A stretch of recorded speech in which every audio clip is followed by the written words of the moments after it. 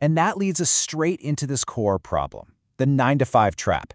It's a really simple but kind of brutal equation, right? You trade your time for a paycheck. But, and this is the key, what happens if you stop trading your time? Well, the money stops too. And that, right there, is the trap.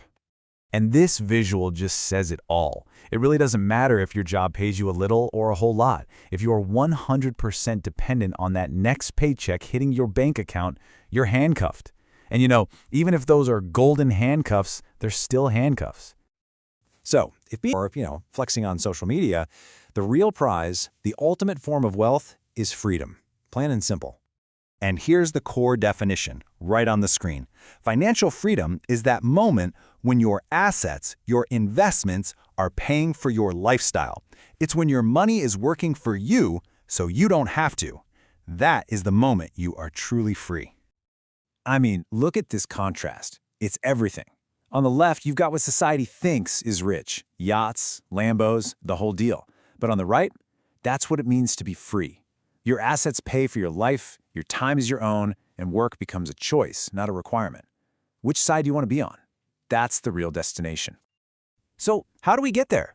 If freedom is the destination, then our investments are the vehicles. And the source material lays out 3 main wealth machines that can power that journey for you. Let's start with machine number 1, stocks. This is the silent wealth builder.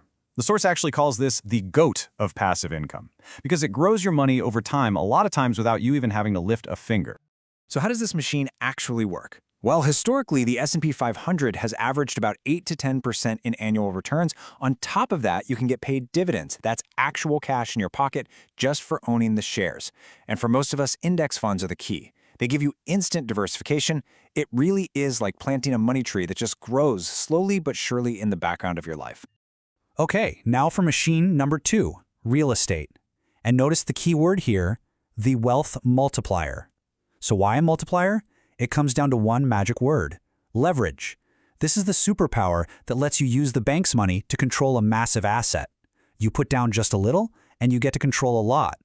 And it comes with 4 incredible power-ups. First, you've got cash flow from rental income every single month. Second, the property's value usually goes up over time. Third, you get some amazing tax benefits. And finally, that superpower we just talked about, leverage. The source points out that owning just a few rental properties could actually replace your entire 9 to 5 income. Think about that. Now for our third and most modern machine, digital assets. I mean, this is the new frontier for building wealth, and it often has incredibly low startup costs. You don't need anyone's permission to get started. Just think about it for a second. We're talking about things like YouTube channels, online courses, digital products. These are all scalable assets.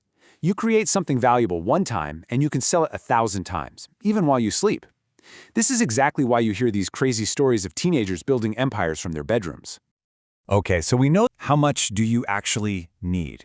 It feels like it should be some super complicated, impossible number to figure out. But honestly, the formula is surprisingly simple. Here it is, the magic number, 25. According to the source material, this is the simple multiplier that can unlock your freedom. So what exactly does it mean? It really is this simple. You figure out your annual expenses, how much you spend in a whole year, and you multiply that number by 25. That total, that is your freedom number. And why 25? Well, it's based on something called the 4% rule, which is a widely used guideline that says you can safely withdraw 4% of your investments each year and, in theory, never run out of money. So how do you start building toward that number? Step 1 is non-negotiable. Pay yourself first. Before you pay rent, before the bills, before anything else, you automate a piece of your income to go straight into your investments. Then, step 2, slash and stack. You gotta look at your spending like it's a game of survival. Cut out what doesn't truly serve you and stack that extra cash into your wealth machines. Now, having a plan is one thing, but sticking to it is a whole other beast. So let's look at the habits and the mindsets that separate the people who succeed from those who accidentally sabotage their own progress. This slide is so crucial. It really contrasts the two mindsets. On one side, you have the wealth destroyers. They panic and sell when the market dips. They fall into that trap of lifestyle creep, where you spend more just because you earn more. And on the other side, the builders. They automate everything, taking emotion out of the equation. They treat their money like a business. It's a game of small, consistent habits, not one big, risky move. And at the end of the day, this is what it's all for. It's not just about the numbers in your bank account. It's about buying back your time. Starts right now. What's your first move?